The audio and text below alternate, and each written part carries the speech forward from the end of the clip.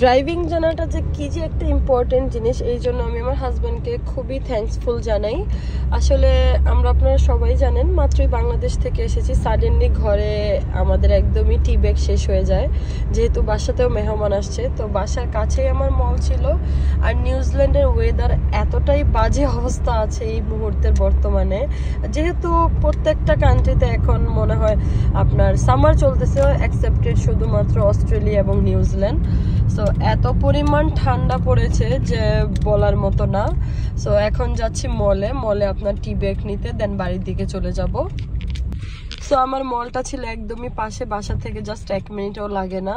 আমি এখন ওইখানে জাস্ট টি ব্যাগ নিবো, দেন বাড়ির দিকে চলে যাব। সো এই তো বাবার গাড়িটা জাস্ট আমি নিয়ে এসেছিলাম, এখানে গাড়িটা পার্কিং করেছি এবং মলের উদ্দেশ্যে যাচ্ছি। এখানে একটা জাপানি স্মার্টও আছে, এটা আমার কাছে খুবই ভালো লাগে। ভেতরে অনেক কিছুই খুবই সুন্দর সুন্দর পাওয়া যায়, এক এক ধরনের কালেকশন। দেখুন কি একটা অবস্থা, হাত যেন একদম ফ্রিজিং হয়ে যাচ্ছে, আর সবাই জ্যাকেটই পরে আছে। আমিও একদমই, আমার এত পরিমাণ ঠান্ডা লাগছে, হঠাৎ করে গরম থেকে ঠান্ডাতে এসে পড়েছি। সো আমার থেকে একটু বেশি ঠান্ডা লাগছে, বাট তারপরেও এখন আর কি যাচ্ছিলাম। So let's go. বাংলাদেশের মতো আসলে সচরাচর মলগুলো হয় না, বাহিরের মলগুলো একটু অন্যান্য কান্ট্রির মতো হয়তো সেম হবে, বাট অবভিয়াসলি সবার ডিফারেন্ট ওয়ে আছে। সো এটা ছিল প্যাক অ্যান্ড সেভ, আর আমি এখানে অনেক ধরনের এক এক ডিস্টেন্স থাকে। আজকে প্রায় 3 মাস পরে আমি প্যাক অ্যান্ড সেভে ঢুকেছি। সো অনেক ধরনের অনেক ফ্রুটস বাংলাদেশের এখন এসেছে, বাট অনেক ধরনের এক্সপেন্সিভ। যেহেতু আমি টি ব্যাগের সেকশনে যাবো, সো আমি জাস্ট এখানে দেখছিলাম কোনটা টি ব্যাগের সেকশন হতে পারে।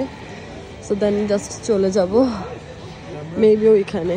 সো জাস্ট দেখুন এই যে এখানে লেখা আছে জাস্ট টি ব্যাগ, সো টি, এইখানেই চলে আসলাম।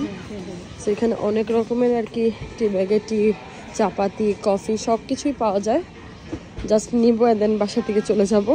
সো যেহেতু আমার একটু জেলিও লাগবে, আমি একটু দেখে দিই এখানকার জেলিগুলো কীরকম হয়। আমার কাছে খুবই ভালো লাগে, কমলার ছিলকাটা পর্যন্ত এখানে দিয়ে দেয়।